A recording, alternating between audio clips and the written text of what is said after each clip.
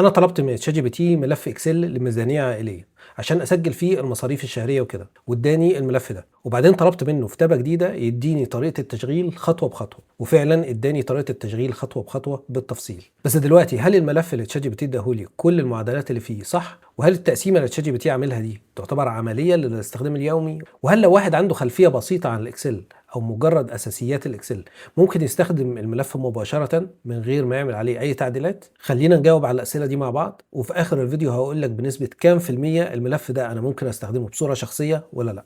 ولو عايز تحمل الملف اللي هنستخدمه في الفيديو ده هتلاقيه موجود في الوصف وفي اول تعليق. مبدئيا هقسم الفيديو لمجموعة نقاط او خطوات، وبعد كل خطوة هقول لك ملاحظتي عليها. واول خطوة انا عملتها، انا قلت لتشات جي بي تي يديني ملف لميزانية عائلية من غير ما اديله اي تفاصيل، فاداني ملف بسيط جدا.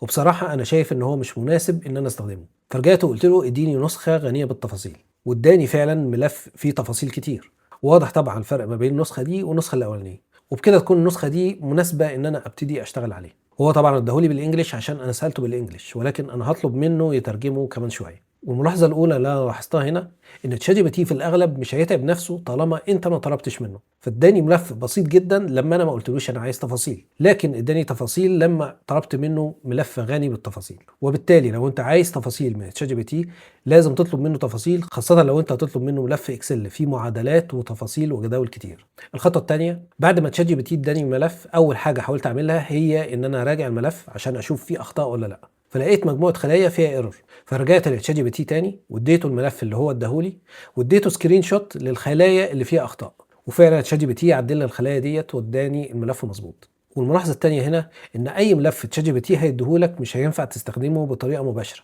من غير ما تراجعه، خاصة لو الملف مليان معادلات ومليان تفاصيل، لأن وارد جدا الملف يكون مليان أخطاء. ودلوقتي الخطوة الثالثة، قلت لتشات جي بي تي يترجم لي الملف بالعربي، فترجمه فعلا بس ترجم جزء منه بس. فرجعت له الملف تاني وقلت له ترجم الملف كاملا بنسبة 100%، وفعلا ترجمه تقريبا بنسبة 100%.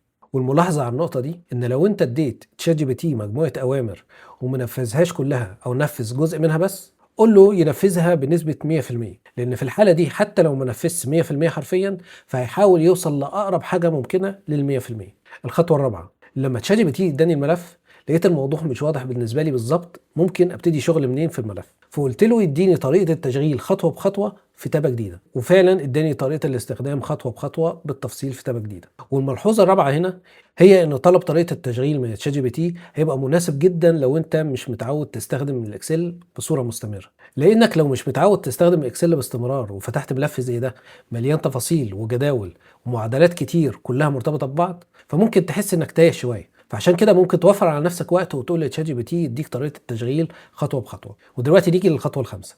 السؤال، هل الملف اللي تشات جي بي تي عمله للميزانيه العائليه عملي ولا لا؟ انا لقيت ان عشان اقيم الموضوع ده ممكن اقسم التقييم لجزئين. الجزء الاول، هل هو عملي من حيث الكونسبت، يعني ممكن استخدمه بصوره يوميه ولا لا؟ وعشان اجاوب على السؤال ده انا ضفت بيانات افتراضيه في الملف عشان اعرف هو عملي ولا لا. والحاجة اللي لاحظتها بدون الدخول في التفاصيل الصغيرة هي إن الملف مناسب للاستخدام لشهر واحد فقط، لأن بعض الأجزاء في بعض الجداول تشات جي بي تي مصممها شكلا بس إنها ممكن تشتغل لكذا شهر، أو إنها ممكن تديك تفاصيل كذا شهر ورا بعض، ولكن في الواقع من الناحية العملية هي مش هينفع تشتغل على كذا شهر، لأن المعادلات مش متظبطة على كده. وبالتالي هتلاقي جدول زي جدول الشهور ده ملهوش لازمة، لأنه ظاهريا بيحسب كل شهر لوحده. لكن لو أنا غيرت فوق الشهر الحالي فجدول الشهور تحت هيبتدي من الشهر الحالي كل مرة ويمسح نتيجة الشهور السابقة كلها. والحل عشان استخدم الملف ده لكذا شهر هو ان انا اخد التابة دي كوبي واعمل لها بيست في تابة جديدة واستخدم التابة الجديدة دي لشهر جديد. والقسم الثاني من ناحية هل الملف عملي ولا لا وهو هل الملف كافي ولا تحس ان ممكن يبقى فيه حاجات ناقصة. انا شخصيا بلاحظ ان الملف ناقصه قسم للفئات الفرعية، فعندنا فوق هنا اجماليات الفئات الرئيسية في جدول مستقل، وفي جدول المصروفات عندنا عمود للفئات الفرعية، ولكن مفيش جدول يجمع او يدي اجماليات الفئات الفرعية مع بعض. بالاضافة طبعا ان انا بفضل الملف يكون متصمم للاستخدام لكذا شهر عشان يبقى عندي رؤية اوسع للمصاريف. وبالتالي تقييمي للقسمين دول مع بعض من ناحية جودة استخدام الملف ده لاستخدام الشخصي هو حوالي 65%. وليه بالذات 65%؟ السبب الأول إن أنا كنت محتار ما بين 60% و 70%، والسبب الثاني إن أنا هحتاج أعمل تعديلات على الملف مانيوال وأضيف تفاصيل أكتر في الملف عشان أقدر أستخدمه بصورة يومية. وده ما يخليناش نغفل برضو ان تصميم وهيكل الملف الاساسي مقبول، وهيوفر وقت كبير معانا مقارنة بان احنا لو حاولنا نعمل نفس الملف مانيوال من الاول.